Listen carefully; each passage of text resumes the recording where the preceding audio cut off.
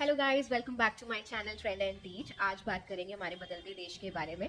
जैसे कि आप जानते हैं 2014 से ही मेरा देश बदल रहा है, आगे बढ़ रहा है। अफसोस की बात है, बहुत नेगेटिव तरीकों से देश में तरक्की हो रही है। जो पहले इतना देखने को नहीं मिलता था, आजकल वो सब चीज़ें बहुत एक्सट्रीम लेवल पे देखने को मिलती हैं।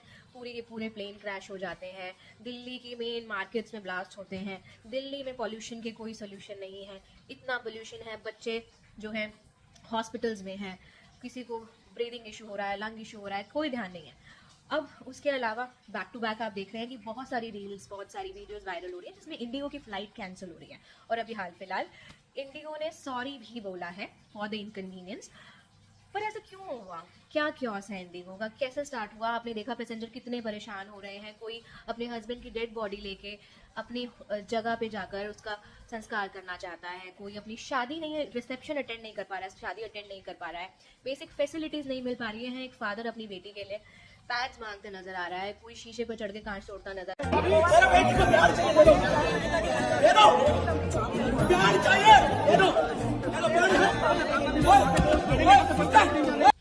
On time booking, pre booking के बावजूद, पैसेंजर की पूरी प्लानिंग के बावजूद इतना easily back to back flight cancel हो रही है। नो रिफंड, नो क्लेम्स, किसी चीज़ का कोई एश्योरेंस नहीं है। तो ऐसा क्यों? आम जनता हर जगह क्यों पिस रही है और उसके बारे में कोई बात क्यों नहीं कर रहा?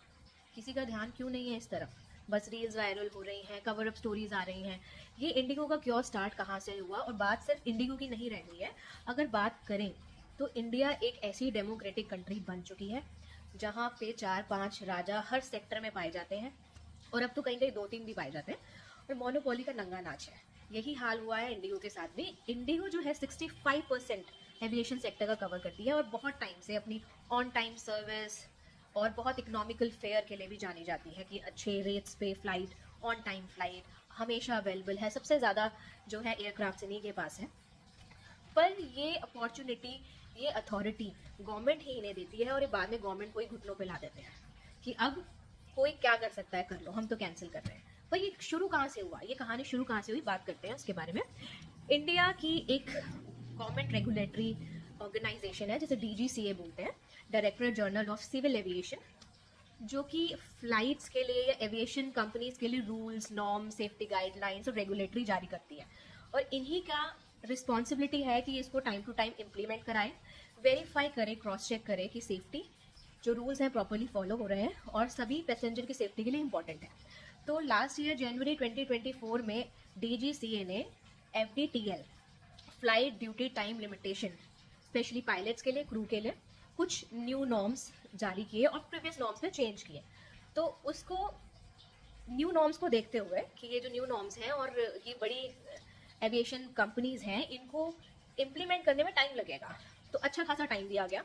2 फेजेस में ट्रांजिशन इम्प्लीमेंट करने के लिए जो है हामी भरी गई। और सबसे पहले अब जनवरी 2024 से गाइडलाइंस आ गई हैं, अनाउंस हो गई हैं, पर इम्प्लीमेंट होनी है नवंबर 1 2025 को। नवंबर 1 2025 को जब इम्प्लीमेंट होना शुरू हुई, टेस्टिंग हुई, तो धीरे धीरे जो है इंडिगो इस गाइडलाइंस और इस न्यू नॉर्म्स की वजह से अपने मैनेजमेंट में फेल होता नजर आया। अब एक कॉन्ट्राडिक्टरी थॉट स्टेटमेंट ये भी है कि इंडिगो करना ही नहीं चाहता इसे इम्प्लीमेंट, क्योंकि इंडिगो हमेशा से कॉस्ट कटिंग पे काम करता है, लेस लेबर मोर वर्क वाला थ्योरी है। तो वो न्यू ज्वाइन ही नहीं करवाना चाहता, न्यू रिक्रूटमेंट नहीं करवाना चाहता। जितने ऑलरेडी प्रेजेंट पायलट है, प्रेजेंट क्रू मेंबर है या प्रेजेंट मैनेजमेंट सिस्टम है, उसी के साथ चलना चाहता है। बट जो न्यू गाइडलाइंस आई हैं उसमें चेंजेस ऐसे हैं कि पहले आपको पायलट को 36 आवर्स का रेस्ट टाइम देना था वीक में, जिसे अब 48 आवर्स कर दिया गया।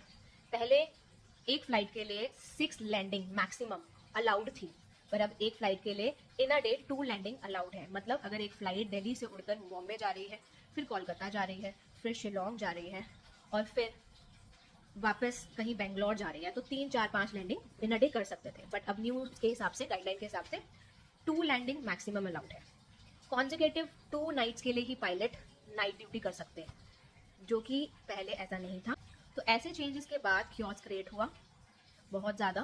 पहले जो था सिर्फ फ्लाइट टाइम को ही ड्यूटी टाइम कंसिडर किया जाता था, अब cumulative pre flight, post flight hours को भी ड्यूटी टाइम इंक्लूड किया जाएगा। और उसके अकॉर्डिंग एक pilot 60 hours in a week and 100 hours in a 28 days और इन अ मंथ कर सकता है फ्लाइट। तो ये इनके लिए बहुत प्रॉब्लमेटिक हो गया इंडिगो के लिए। इंडिगो ने इसे इम्प्लीमेंट करने का सोचा भी नहीं, कोशिश भी नहीं की। इन्होंने क्या किया, जो ये पैसेंजर को, कॉमन पर्सन को पेन देना शुरू किया। अपने आप गवर्नमेंट घुटनों पे आकर कहती है जी कि कोई बात नहीं, तुम थोड़ा टाइम और लो, और जो पैसेंजर्स हैं जिनको इतनी प्रॉब्लम हो रही है उनका ध्यान दो, और अभी जैसे आपका चल रहा है चलाओ, फ्लाइट कैंसिल मत करो, लोगों के पैसे वेस्ट मत जाने दो। तो अभी इसके लिए भी एक जो है बनाया गया, इन्वेस्टिगेशन टीम बनाई गई है कि इंडिगो पे फर्दर इन्वेस्टिगेशन की जाएगी। पर देखने की बात ये है कि सिर्फ बात एविएशन सेक्टर की नहीं है, बात है आप किसी भी सेक्टर में देख लें, जो बड़े बड़े सेक्टर हैं जो कंज्यूमर के लिए डेली की यूज़ में हैं। बात करते हैं टेलीकॉम सेक्टर की। पहले मार्केट में इतने सारे टेलीकॉम सर्विस प्रोवाइडर थे।